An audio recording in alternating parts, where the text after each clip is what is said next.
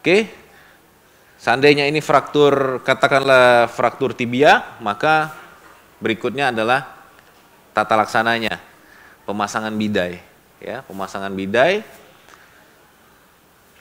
sudah, ya Bapak Ibu sudah sering mungkin mengikuti hal-hal seperti ini. Yang pertama adalah persiapannya. Memang agak lucu kalau UKM PPD itu waktu ujian si mahasiswa sendiri masangnya, memang agak repot karena dia tidak bisa memerintahkan laboran ya istilahnya ya, di ruangan itu untuk membantu memang ya. Tapi kalau KKD mungkin mereka bisa berpasangan dengan temannya. Tapi paling tidak mereka bisa menunjukkanlah cara pemasangan yang benar gitu ya. Jadi misalnya nanti fraktur, oke, bagaimana cara imobilisasinya? Ya, kalau tulang panjang bisa dengan pembidaian. Pembidaian dilakukan dengan benda yang cukup rigid, ya, cukup keras, tapi kulitnya harus diberikan padding, harus diberikan sesuatu bahan yang lembut sebenarnya, ya. Kemudian dibuka pakaian, jika ada luka dirawat dengan betadin misalnya, kemudian dipasang papan di 2 sisi atau 3 sisi, boleh 3 sisi lah yang kita lazimkan selama ini ya. Jadi kadang saya lihat memang mahasiswa itu kalau ujian berjuang dia memasangnya karena sendiri memang ya. Ya, seperti ini ya, kemudian dipasang elastis perban ya. Dan karena ini skill, maka skill itu harus diulang-ulang supaya mahir. Kalau tidak diulang-ulang, maka agak susah ya.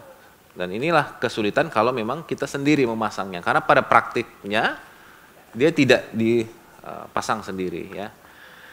Ya, bisa disiasati dengan cara memasang dulu beberapa titik. Jadi dengan kasa dipasang di atas, dipasang di tengah, dipasang di bawah. Setelah terpasang sementara barulah dipasang elastik bandage-nya ya.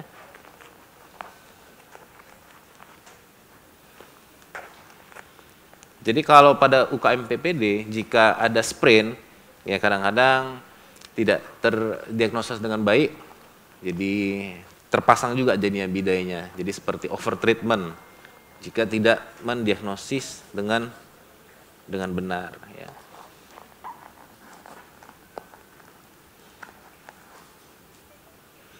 Dan tentu Bapak Ibu tahu bahwa pemasangan ini harus syaratnya melewati dua sendi. Jadi kalau terjadi cedera di daerah tungkai bawah di kruris, maka pembidaian itu harus melewati lutut dan ankle ya. Yang susah tentu kalau di paha. Ya, di paha itu ya sendi panggul, ininya harus sampai sendi panggul ya. Biasanya di sendi paha kita tidak memasang ini, tapi pasang skin traksi, namanya traksi kulit untuk menarik tungkainya ya. Kemudian kalau terjadi fraktur atau cedera di lengan bawah, maka sama prinsipnya melewati 2 sendi, dipasang di 3 sisi, kemudian dipasang bidai.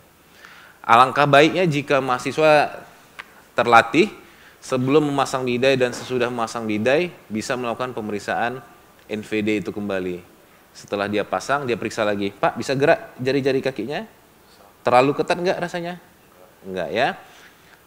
Kemudian kita periksa vaskularisasinya. Itulah kira-kira yang perlu mahasiswa dalami dan latih ya.